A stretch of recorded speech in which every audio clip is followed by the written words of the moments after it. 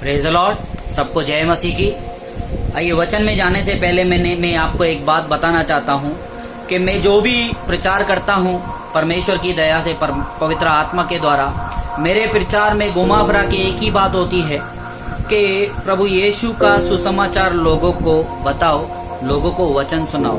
और इस लॉकडाउन के बाद में उसके साथ में कंटिन्यू एक बात हमेशा आपको कह रहा हूँ, मेरे वचन के द्वारा भी और शायरियों के द्वारा भी, कि जितना हो सके परमेश्वर के साथ समय बिताओ, परमेश्वर से रिश्ता बनाओ, परमेश्वर से संगति करो।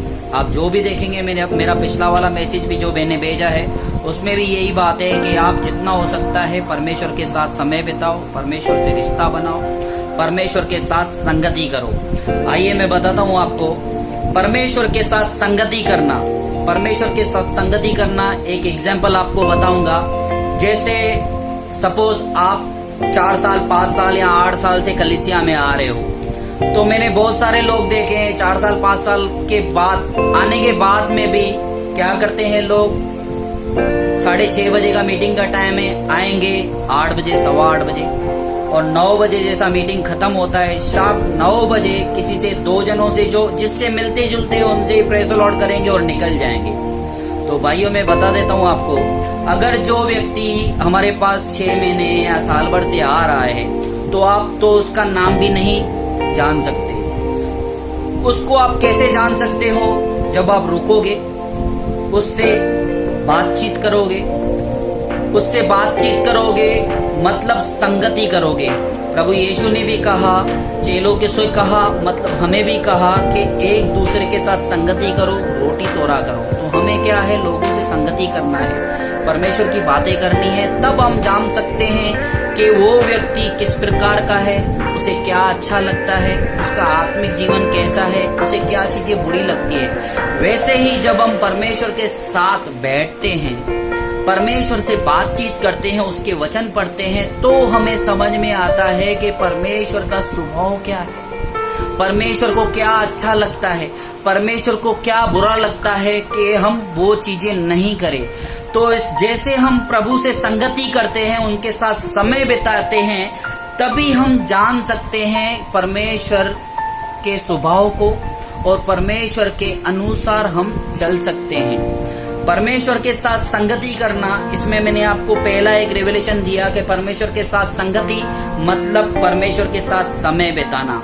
दूसरा मुझे परमेश्वर ने रेवलेशन दिया, संगति का मतलब संगति।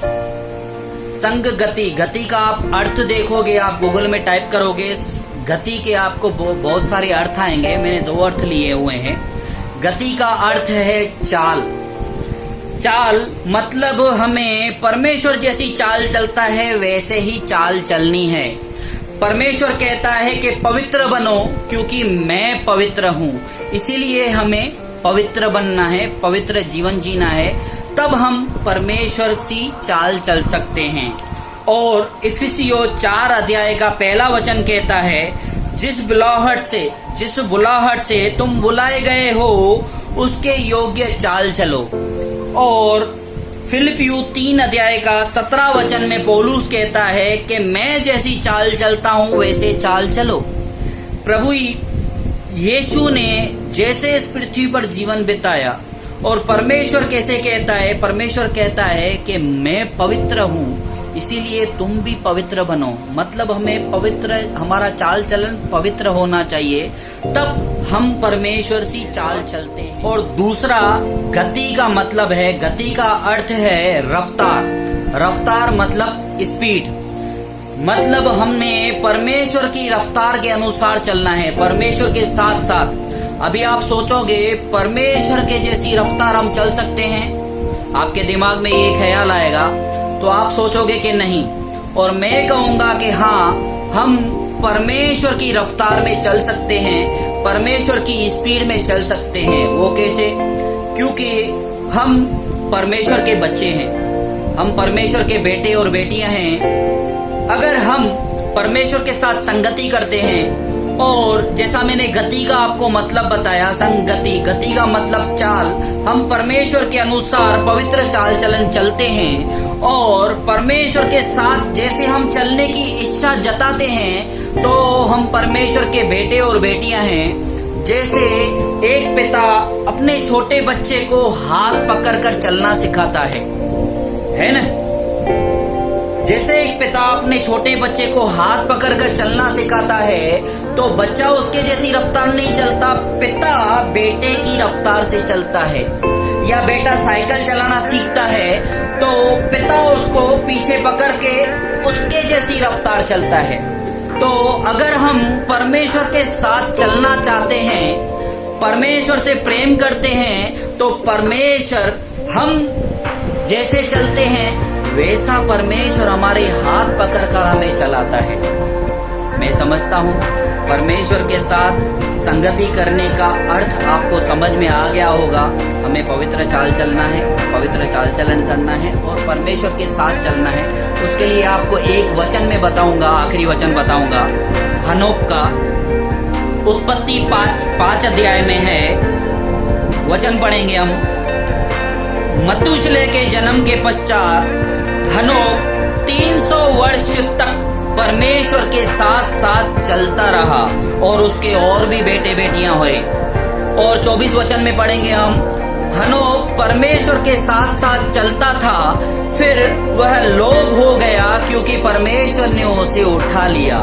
हाँ मेरे भाइयों, अगर हम परमेश्वर के साथ चलते हैं तो परमेश्वर हमें कहीं गिरने भी नहीं देता। जैसे पिता अपने बच्चे को उठा लेता है गोदी में, वैसा ही परमेश्वर हमें अपनी गोदी में उठा लेता है और हमें संभालता है। मैं समझता हूँ आपको परमेश्वर इस वचन के अनुसार बहुतायत से आशीष करे। आइए एक आखिरी परमेश्वर ने जो मुझे एक शायरी दी है, एक आपको शायरी बताना चाहूंगा। ये परमेश्वर के साथ चलने के अनुसार परमेश्वर हमको कैसे ऊंचा उठाता है और अपने पलकों पे बैठाता है। शायरी सुनेंगे। तारीफ क्या करूं उस खुदा की जिसने मुझे बनाया है और ऊंचा भी उठाया है। तारीफ क्या करूं उस खुदा की जिसने मुझे बनाया है और ऊंचा भी उठाया है। मेरे काम तो जमीन पे बैठने के लायक भी न थे, मेरे काम तो जमीन पे बैठने के लायक भी न थे, फिर भी पलकों पे अपनी बिठाया है मुझे। जब काम न कोई रिश्ते आए, जब काम न कोई रिश्ते आए, तो अपना बेटा भी बनाया है मुझे। हाँ मेरे भाइयों और बहनों, वो हमारा पिता है, वो हमें गले लगाता है। सिर्फ हमें उसके साथ संगति करनी है, उसके साथ समय बिताना है और परमेश्वर के जैसे पवित्र जीवन जीना है। प्रभु आपको इस वचन के अनुसार आशीष करे। धन्यवाद। God bless you. आमीन।